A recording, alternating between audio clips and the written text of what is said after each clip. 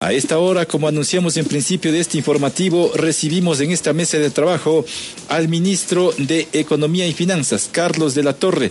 La más cordial bienvenida, ministro. Gracias por aceptar esta invitación. Muy buenos días. Bueno, muy buenos días. Muchísimas gracias por haberme invitado. Es siempre un placer y también una obligación poder transmitir a todos los ecuatorianos y en general al mundo la información fundamental de cómo estamos llevando el proceso, en este caso, del manejo de la economía en el Ecuador.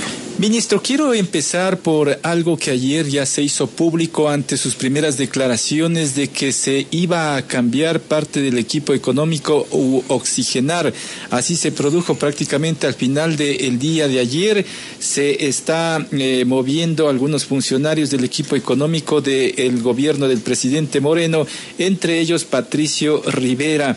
¿Por qué la decisión de hacer este cambio, ministro? Por favor. Bueno, yo diría más bien refrescar al equipo económico del gobierno, y este es un proceso que se da permanentemente en todos los gobiernos a partir de evaluaciones que se van realizando desde la perspectiva técnica y política, y así se lo ha hecho. El presidente ha estado evaluando muchos de los elementos, en este caso en el campo de la economía, en relación también a cómo el equipo responde frente a las necesidades del país, frente a cómo se va direccionando los procesos institucionales, y sobre la base de esa evaluación técnica y también política, el presidente ha tomado la decisión de refrescar a este equipo en función de poder fortalecer las instituciones, fortalecer los procesos hacia la consecución de los objetivos nacionales en términos sociales y económicos. Ministro, ¿no obedece más bien a las presiones que vinieron desde distintos sectores, inclusive de Alianza País?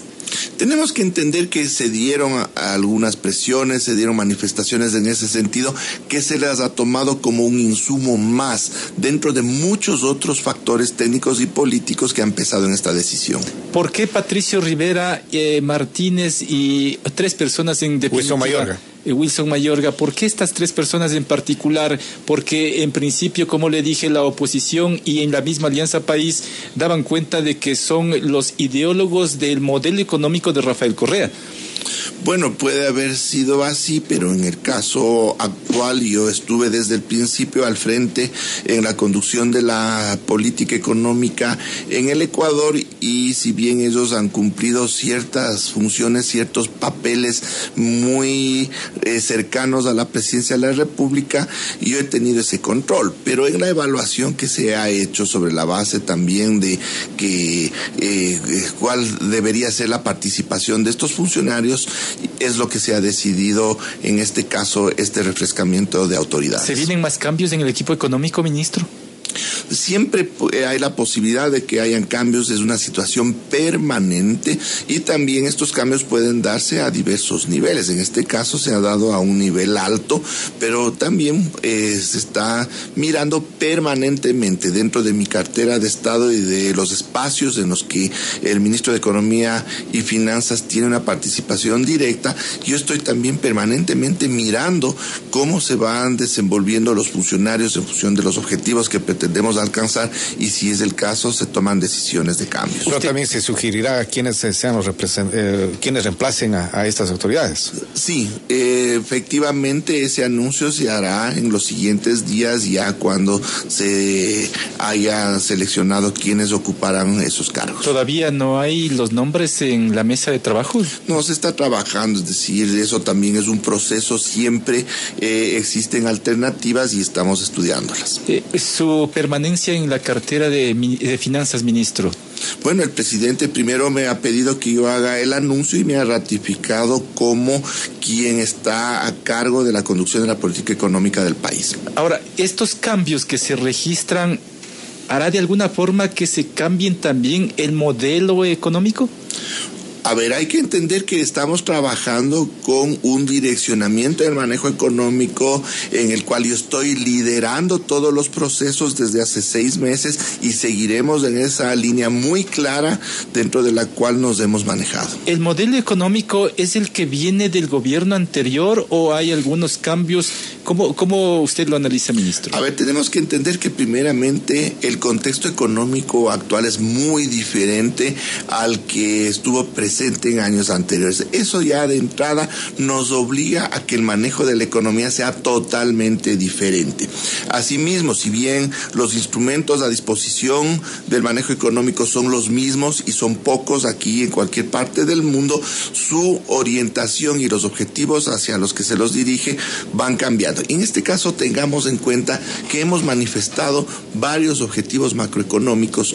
Primero, hemos hablado de creación y generación de empleo, impulso a la producción, fortalecimiento de la dolarización. Estos lineamientos difieren notablemente con un esfuerzo que se hizo en años anteriores orientado más hacia la inversión pública, construcción de infraestructura, etcétera. Ahora estamos en un momento en que todo eso que se ha construido tiene que aprovecharse y hemos dicho con claridad que es el momento de que el sector privado sea el que genere la dinámica económica que hasta ahora ha sido generada desde el gobierno, desde el Estado. Y en ese sentido hemos planteado las acciones económicas, de las cuales no se está reforzando aquello que es lo fundamental. Estamos impulsando a esa parte del sector privado que son las micro y pequeñas empresas, que son las que más empleo generan en este país. Ahí se genera el 70% del empleo en el Ecuador. Son quienes tienen el potencial, estas micro y pequeñas empresas, de impulsar al aparato productivo desde el sector privado, y ahí estamos trabajando. ¿No es esta una diferencia fundamental respecto del manejo macroeconómico de años anteriores? Ministro, la visión económica se está reflejando ya también en el proyecto de ley económico urgente en materia económica que remitió el Ejecutivo a la Asamblea y que está en tratamiento. Me refiero al proyecto de reactivación económica que ha recibido, si dicho sea de paso, luego del primer debate, un 50% de modificaciones y que ha sido cuestionado porque no hay tal reactivación económica, sino que más bien el documento apuntaría a ser recaudatorio. Críticas del movimiento Alianza País, inclusive, en función de aquello, como que las cosas tienen que variar considerablemente, ministro, a través de este proyecto. Bueno, son críticas, son opiniones de diversos sectores que desde su perspectiva, por circunstancias particulares, muchas de ellas en función de que este esfuerzo que estamos haciendo puede incidir en sus intereses que no corresponden con el interés nacional, evidentemente van a querer desacreditar lo que nosotros estamos haciendo, y de ahí es que surgen estas visiones, que asimismo son opiniones porque no están basadas en argumentos más sólidos, en elementos que les permitan sustentar adecuadamente esa visión y esas opiniones. Ahora, uno de los puntos que ha sido cuestionado dentro de este proyecto, señor ministro, es básicamente, entre otras cosas, los 3 puntos de impuesto a la renta a la gran empresa, que eso incluso dicen no ha sido recogido de las mesas de diálogo que se trabajaron con este sector. ¿Hay la posibilidad de ajustar eso en particular, ministro? Definitivamente no. ¿Por qué?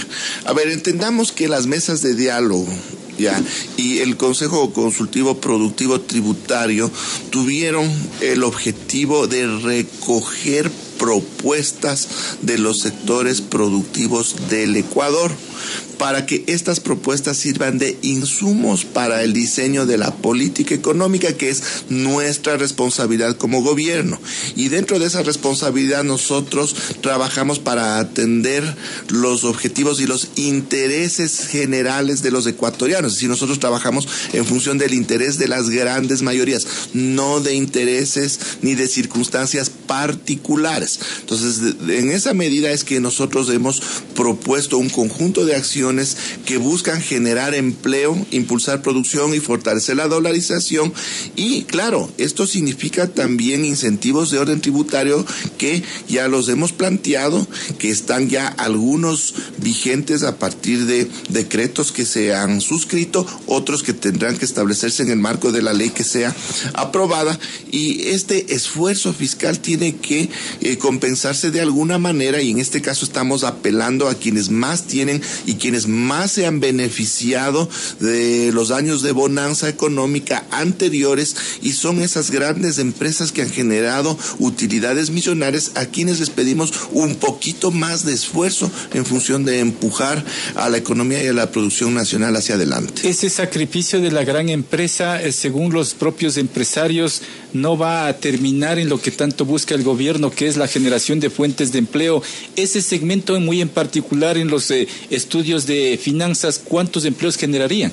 Bueno, a ver, primeramente a nadie le gusta pagar impuestos y parecería que quienes más tienen es a quienes menos les gusta pagar los impuestos, cuando son los llamados y los que tienen las posibilidades de aportar un poco más por el país que les ha dado esas oportunidades precisamente de poder alcanzar esos niveles importantes de producción, de participación en la economía, en la sociedad, ¿ya? Pero por el otro lado, evidentemente hay que canalizar esos recursos en función de quienes pueden empujar la economía desde donde más empleo se genera. Y ahí los cálculos que hemos hecho nos dan cuenta de que si es que logramos aplicar el conjunto de acciones que hemos propuesto, podríamos estar generando desde diversos mecanismos un número de empleos nuevos que podría estar en el orden de los 136,000 empleos adicionales cada año.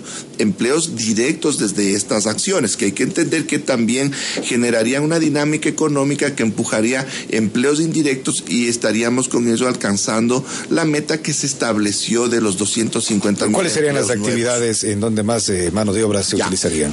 Dentro del conjunto de acciones también estamos impulsando fuertemente el programa Casa para Todos. ¿Por qué?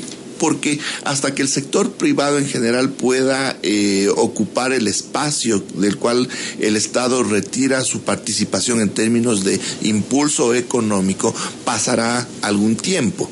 Y nosotros necesitamos algo que compense ese espacio, y ahí es donde entra esta muy buena idea, esta muy buena iniciativa del presidente de construcción masiva de vivienda de interés popular, porque nos permite atender simultáneamente varios objetivos. Primeramente, el objetivo social de dotar de vivienda a los ecuatorianos que menos tienen. Segundo, la construcción de vivienda, y en este caso con las características de las casas que estamos construyendo, es no solo un altísimo generador de empleo, sino un altísimo demandante de insumos nacionales y con ello se generan también un efecto multiplicador en la economía que le da dinámica. Y claro, es el sector privado, los constructores privados los que están construyendo estas viviendas. Entonces estamos cumpliendo con esta iniciativa de darle ahora al sector privado esa responsabilidad de empujar la economía. Generamos un beneficio social tremendamente importante, podemos activar empleo de forma inmediata y generamos un efecto multiplicador también que empuja a la economía de forma inmediata hasta que el resto de espacios del sector privado puedan alcanzar una dinámica que empuja a la economía más allá de lo que el Estado ha empujado en los últimos años. El número de empleos que usted cita, señor ministro, ¿es en la gran empresa, en la micro y mediana también? Es a nivel general. El impulso inicial lo estamos dando desde la micro y pequeña, pero entendamos que existen también encadenamientos, es decir, existe una interrelación en términos de productos, de sectores y también de empresas de diversos tamaños, es decir, muchas micro y pequeñas empresas generan los insumos para las grandes empresas o al revés también, es decir, es una articulación integral entre sectores, productos y también, como digo, entre empresas de diferentes tamaños. Ahora, también una de las quejas del sector empresarial productivo es que si ellos tienen que ajustarse, ¿por qué no se ajusta más desde el aparato del Estado que exigen más austeridad?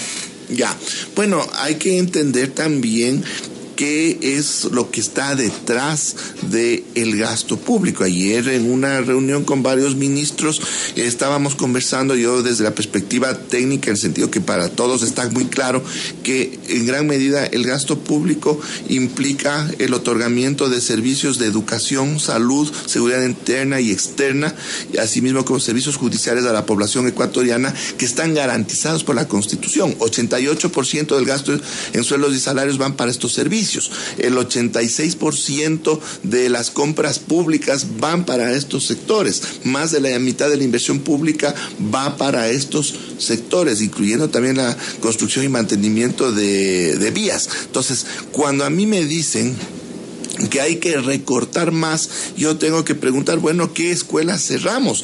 ¿Qué hospitales cerramos? O sea, no hay a dónde más cortar, entonces. No hay a dónde más cortar. El gasto público son cientos de miles de operaciones que se hacen en los hospitales del Ecuador a ecuatorianos, son cientos de miles de clases diarias que se están dictando a los estudiantes ecuatorianos, son miles de operativos policiales para darnos seguridad, operativos militares para combatir el narcotráfico. Ese es el grueso del gasto público, señores. Hay espacios de optimización a través del decreto de austeridad. Hemos avanzado en términos de optimizar recursos que significan que durante 2018 el Estado va a dejar de gastar 500 millones de dólares. Entonces, ¿son esos esfuerzos importantes? ¿Cuánto significa en cifras, señor ministro, el pago de sueldos y salarios para el sector burocrático? Bueno, estamos hablando de una cifra de alrededor de 10,000 millones de dólares al año. Es un rubro importante, ministro. El tema de recaudación, que ha sido otro punto criticado a través de un impuesto que se aplicará al dinero físico de $5,000, ¿con qué concepto se lo trabajó? ¿No? Por los retiros, obviamente, ministro. Bueno, primero voy a adelantar indicando algo que ya dije en la rueda de prensa de ayer, en el sentido de que tenemos la flexibilidad para retirar este artículo que está causando expectativas que no corresponden con la realidad, pero conscientes de que también tenemos que apelar a la sensibilidad de los ecuatorianos. Podríamos o estamos trabajando ya directamente para retirar este artículo. ¿En qué consiste? Porque la lógica que está detrás es la que debemos entender. ¿En qué consiste o hacia dónde estaba dirigido? Los ecuatorianos tenemos que ser conscientes que tenemos un régimen monetario en el cual no tenemos moneda propia. Estamos en dolarización y ese régimen monetario es muy vulnerable y si no lo manejamos adecuadamente colapsa y con ello colapsa toda la economía. No podemos arriesgarnos a que eso suceda. Y uno de los factores más importantes de riesgo que tiene la dolarización es la demanda de billetes, de dinero físico. Esa demanda se incrementa en 2,000 millones de dólares cada año. Son 2,000 millones de dólares que tienen que salir de las reservas internacionales del Banco Central, reduciendo por el otro lado la capacidad de pago que tiene el Ecuador de sus compromisos internacionales. No podemos permitir que eso continúe en esos niveles. Por ello estamos trabajando en el impulso del uso de medios de pago electrónicos, entre ellos el dinero electrónico que se le ha entregado al Sistema Financiero Nacional para su operación que saldría del Banco Central del Ecuador. El Banco Central ya no operaría el dinero electrónico en los siguientes meses. Pero asimismo se pensó en la necesidad de generar desincentivos para el uso de grandes cantidades de dinero físico, no para el uso cotidiano de más del 99% de los ecuatorianos. Nosotros establecimos primeramente un umbral de $4,000 mensuales de retiros en billetes. No estoy hablando de giro de cheques, de transferencias por internet, de uso de tarjeta de débito, de billetes.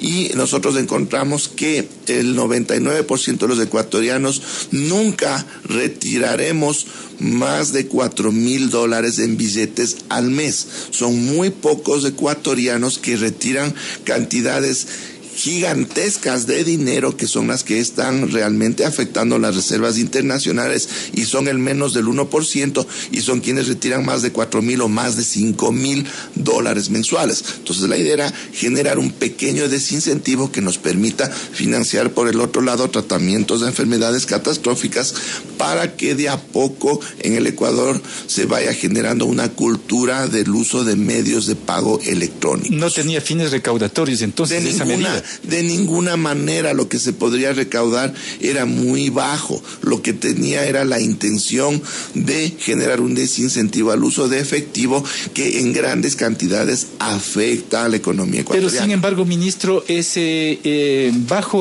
baja recaudación iba a ir precisamente destinado a lo que usted dice, a las enfermedades catastróficas. ¿Cómo suplimos eso? Claro. Aunque sea una medida ínfima de recaudación, me refiero. A ver, es que hay que entender que no se va a financiar la totalidad de los tratamientos de las enfermedades catastróficas y va a apoyar lo que ya se está financiando desde el presupuesto del Ministerio de Salud. Ahora, en días pasados empezó a surgir una preocupación de que se anunciaba por parte de entidades internacionales que el país corría el peligro de entrar en default. Esto se ha desvirtuado y entiendo que da tranquilidad también al país. Sí, efectivamente. Desgraciadamente una agencia de noticias económicas y financieras, Bloomberg, pasó ese dato. Yo tuve que hacer el desmentido de forma inmediata, de forma directa a esa agencia. No lo ha difundido de la forma, yo creo, la más adecuada. Ha estado ahí en su página web, que es lo que yo indiqué, y nosotros hemos evidenciado que estos pueden ser ataques que vienen en el marco de una estrategia inclusive internacional orientada a descalificar el manejo económico y principalmente descalificar el proyecto de ley. Hemos encontrado asimismo en otras entidades financieras internacionales informes negativos sobre la situación del Ecuador y que están de alguna manera preveyendo de que el Ecuador dejaría de pagar sus obligaciones internacionales, cosa que es totalmente falsa, pero son desgraciadamente también ecuatorianos que están involucrados en esta estrategia de desacreditación. Y lo que yo puedo decir categóricamente es que tenemos las plenas condiciones económicas y financieras para cumplir adecuadamente con nuestros compromisos a nivel internacional dentro de los plazos y las condiciones que fueron establecidos. Asimismo, hay una disposición política del presidente de la República de que nosotros nos mantendremos con el cumplimiento estricto de todas estas obligaciones. Todas estas obligaciones forman parte del presupuesto para el próximo año. Evidentemente, en el presupuesto hemos establecido un monto un poco superior a los 8,000 millones de dólares en términos de financiamiento, y por el otro lado hemos establecido un monto superior a los 4,000 millones de pago de obligaciones en el caso de amortización y 2,000 millones adicionales para el pago de intereses. A propósito del servicio de la deuda, me refiero al pago, señor ministro, se habló mucho de recomprar la deuda cara por barata. ¿Esto es posible en el corto plazo, ministro? Bueno, se han hecho varios análisis y propuestas desde ciertos analistas que definitivamente no entienden ni conocen cómo funciona un manejo financiero responsable a nivel internacional. Primero hay que entender que no podemos hablar ni de renegociación ni de reestructuración de deuda, porque esas son instancias ya cuando los países están ya no tienen ninguna condición de pagar adecuadamente sus compromisos. Ahí es cuando los países están entrando en default, y claro, a los acreedores no les queda de otra que sentarse en la mesa para ver algún mecanismo para no perder sus inversiones que han hecho a través del financiamiento que se ha otorgado a esos países. Definitivamente ese no es el caso del Ecuador. Estamos cumpliendo regularmente con el pago de nuestras obligaciones. Como dije anteriormente, tenemos todas las condiciones técnicas para poder hacerlo de esa manera, y lo que nosotros hacemos es lo que técnicamente se llama una gestión de pasivos a través de mecanismos estándar de mercado. ¿Qué significa eso? Esto significa que nosotros permanentemente estamos buscando mejores condiciones financieras a nivel internacional. Estamos trabajando muy fuertemente para eso, tratando de dar las mejores señales de un manejo económico responsable. ¿Para qué? Para que el riesgo país baje. ¿Esto qué significa? Que podamos acceder a recursos financieros a más largo plazo, a tasas mucho más bajas, y con ello nosotros vamos avanzando en el tiempo, mientras que por el otro lado vamos cancelando obligaciones que fueron contratadas en condiciones inferiores, es decir, en plazos mucho más cortos y tasas de interés mucho más altas. Entonces, de a poco vamos reconfigurando el perfil de nuestra deuda y con plazos más largos y condiciones financieras mucho mejores. Esto implica que vamos a necesitar cada siguiente año menos recursos para el pago de esa deuda y estamos liberando en cambio recursos para poder financiar el desarrollo económico del país. ¿Finanzas está pensando en adquirir una nueva deuda o ya no, ministro? A ver, hay que entender que los estados permanentemente requieren de financiamiento. En las economías hay tres tipos de actores. Hay las personas, hay las empresas. Las personas trabajamos y recibimos un ingreso y podemos ahorrar. Las empresas asimismo generan utilidades, pero la actividad del Estado de generar servicios públicos, de hacer inversión para que se desarrolle el Estado, necesariamente requiere de financiamiento. Todos los estados del mundo permanentemente requieren de financiamiento, pero un buen manejo de ese financiamiento implica que así como obtienen deuda, obtienen financiamiento, también la están repagando sin generar presiones en el uso de esos recursos para otros objetivos en los cuales orientan los ingresos fiscales. Entonces el Ecuador hace exactamente lo mismo. Nosotros siempre requeriremos de nuevo financiamiento, pero por el otro lado también estamos pagando deuda anterior. Mientras este ejercicio derive en que ese pago, en ese servicio de la deuda, no afecte la operación del Estado y del uso de los recursos hacia otros destinos, podremos manejarnos bien en el tiempo y eso se llama sostenibilidad de largo plazo. En este momento tenemos un déficit fiscal o teníamos un déficit fiscal importante que ya lo estamos cerrando. En la proforma del 2018 se ha establecido un 3.9 que es bastante menor que el 4.5 de 2017 y del 5.5 de 2016. Estamos cerrando esa brecha fiscal. Eso implica que cada vez necesitamos menos financiamiento y ya desde el 2019-2020 estaremos en niveles de déficit fiscal muy pequeños, en el orden del 1%, que nos permiten dar sostenibilidad a nuestras variables fiscales ya en el largo plazo. Este año entonces ya no se adquirirá deuda, al menos este año. No, se tiene que adquirir deuda permanentemente, sino ¿cómo podemos ir cubriendo el financiamiento que no avanza a darse desde los ingresos? Sería irresponsable decir que no vamos a adquirir financiamiento. Cuando me dicen no adquiramos financiamiento, no adquiramos nueva deuda, significaría que pararíamos un flujo de recursos al país y en 2 semanas tendríamos colapsado el Estado y en 4 semanas toda la economía, señores. Hay que entender. ¿De cuánto está entonces previsto un nuevo financiamiento a través de deuda? Que el nuevo financiamiento bruto está en el orden de los 8,000 millones de dólares, pero también vamos a pagar más de 4,000 millones de deuda que estamos sirviendo. Pero hay que entender que los requerimientos de financiamiento para 2017 fueron de 11,000 millones. Ahora estamos ya hablando de 8,000 millones. Es decir, esos requerimientos de financiamiento que siempre se necesitan, ya los estamos acortando de forma importante para que luego estos sean o alcancen niveles que pueden sostenerse sin ningún problema en el largo plazo. Estamos cerrando prácticamente este año, ministro, y se vienen sueldos y salarios de diciembre con un sobresueldo. ¿Existen los recursos? Evidentemente. Correcto, señor ministro. Le quiero agradecer por su presencia en este servicio informativo, muy gentil. Buenos días. Muchísimas gracias, Jorge Ramiro. Ha sido un gusto estar con ustedes.